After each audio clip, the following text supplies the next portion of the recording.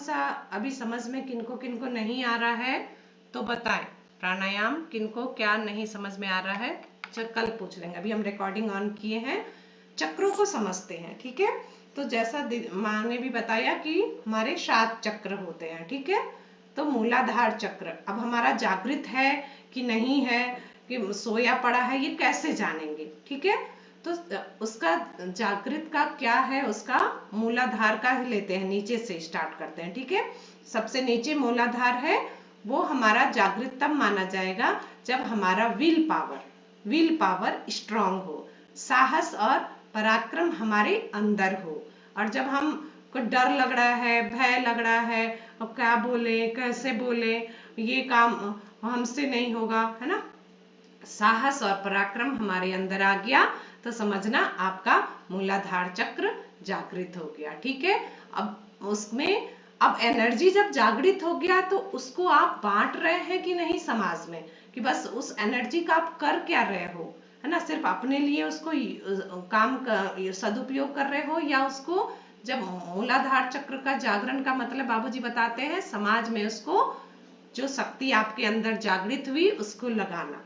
ठीक है, तो ये फर्स्ट हो गया। सेकंड आपका स्वादिष्ठान चक्र, और स्वादिष्ठान चक्र आपका विचारों पे, इंद्रियों पे, आप सभी जो ज्ञानेंद्रियां हैं उस पे आप कंट्रोल कर पा रहे हैं कि नहीं, कितना भाग रही है कान, कितना आंखें क्या देखने को तरस रही है ना, वो सारे इंद्रियों पर कंट्रोल, जिह्वा पर कंट्रोल, स्वाद इंद्रियां कंट्रोल, ये कितना तक हुआ है उस पर डिपेंड कर रहा है आपका स्वादिष्ठान चक्र। ठीक है, उसके बाद आते हैं मणिपुर चक्र। मणिपुर चक्र जागृत है कि नहीं है, कैसे चेक करें?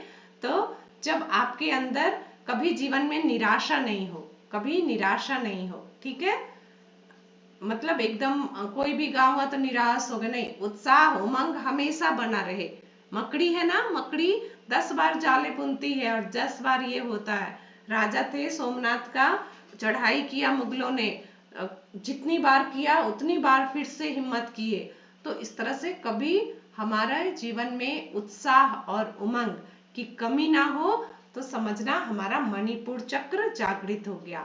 यहाँ पे मैं इसको नहीं कर रही हूँ, नाभि चक्र का बात नहीं कर रही हूँ। नाभि चक्र का जागरण मतलब फिजिकल शरीर में कभी कहीं कोई बीमारी ना हो। नाभि चक्र और मणिपुर चक्र में दोनों एक हमारा भौतिक जीवन से रहता है और मणिपुर चक्र हमारा अध्यात्म जीवन से रहता है। दोनों का स्थान एक यहाँ और वो रीढ़ की हड्डी में बीचों बीच सीधा पीछे की ओर है। ठीक है, अब हम आते हैं अनाहत चक्र। अनाहत चक्र हमारा जागृत है या नहीं है? 2 मिनट रिकॉर्डिंग चल रहा है दीदी, रिकॉर्डिंग चल रहा है, 2 मिनट। दीदी एक बार और बता दीजिए, प्रणाम दीदी, जय गुरुदेव, कि कैसे रिकॉर्डिंग चेक चल करें रहा है, सुन मूलाधार? लीजिएगा ना, रिकॉर्डिंग चल रहा है, सुन लीजिएगा। ठीक है, इसलिए मैं रिकॉर्ड कर रही हूँ।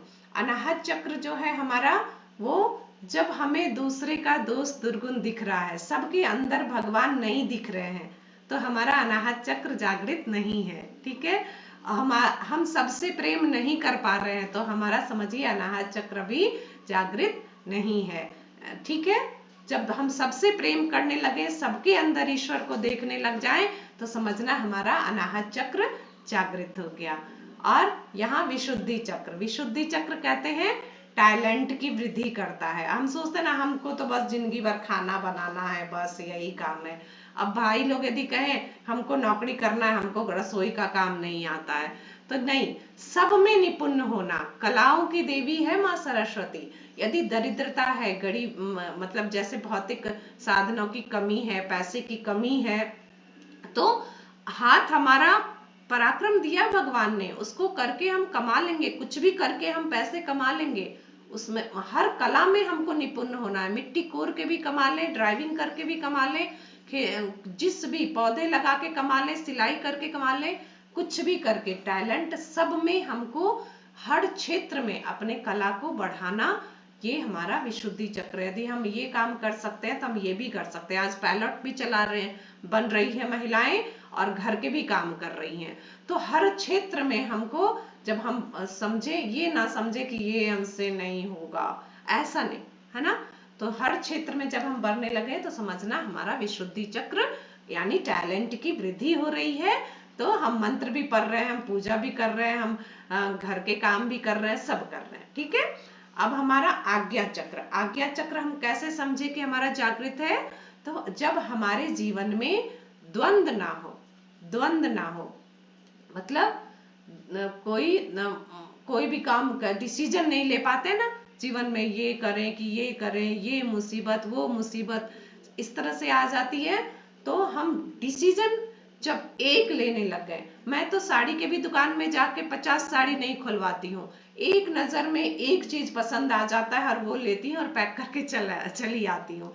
एक डिसीजन, जब आप देखो कि हमको वहां भी शादी में बुलाया, वहां भी पार्टी में जाना है, वो भी काम है, हमको क्या करना है, मेरे आत्म को ज्ञान के लिए, आत्म को वृद्धि के लिए, अपने आप को जानने के लिए, जब हम जान जाते हैं कि हम क्यों आए हैं जीवन में और हमारी मंजिल क्या है, तो हमारा आज्ञा चक्र जागृत हो जाता है। कहीं द्वंद्व नहीं रह जाए जीवन में, एक डिसीजन, विवेक का जागरण, हमें क्या करना है। कोई दूसरा कुछ कह दिया, कोई तीसरा कुछ कह दिया, अब भटक गए हम।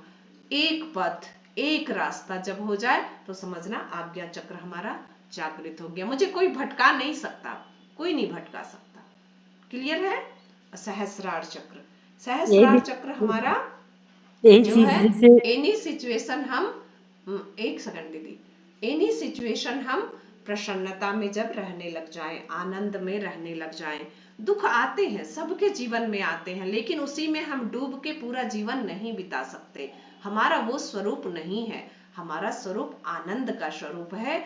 और कोई भी विपरीत परिस्थिति में भी हम धैर्य को धारण कर सके और उससे निकलने की जब हमारी क्षमता होने लग गई, मैं जब आनंद में अंदर से हमेशा रहने लग गया, तो समझना आपका सहस्रार चक्र जागृत हो गया। क्लियर है? सभी चक्रों का मैंने चर्चा किया, अब आप लोग बताएं, मैं रिकॉर्डिंग बंद कर रही हूँ।